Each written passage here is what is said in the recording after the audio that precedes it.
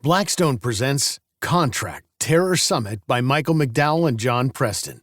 This book is read by Chris A. Bell. For A.E. Coffin, some of the best Marine Corps material I ever met. 1.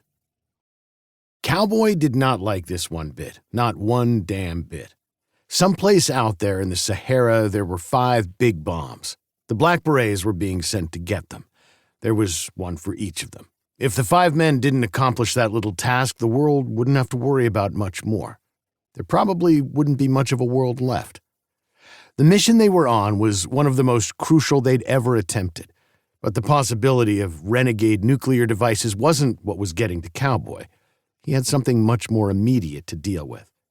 There was an element to this operation that was even more agitating. Someone else was flying the goddamn airplane.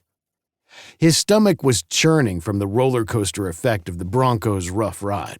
The idiot pilot wasn't competent, that was all there was to it. Of course, as far as he was concerned, no pilot but himself could possibly have gotten this or any other aircraft up off the ground, let alone be able to fly it underneath the Libyan radar. This was a special kind of flying. It called for a skill that he was sure he and he alone had mastered. You had to take the plane and, in the middle of the night, using the most sophisticated instruments possible, fly only 100 feet above the ground. At the most. Anything more and you were gone.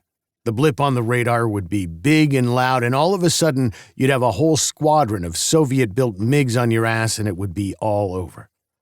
Cowboy had done it often. He'd done it in Nam, and he'd done it in the United States when he was taking his little vacation that just happened to be financed by a very large drug smuggling operation. He knew he could fly a plane so close to the ground that the belly would touch the top of a cactus.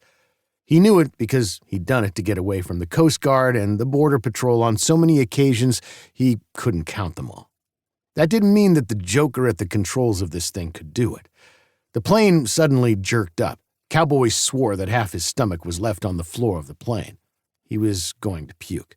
That was all there was to it. He was going to lose his cookies and goddamn the rest of them if they insisted on letting some asshole who probably didn't know the first thing about planes. He felt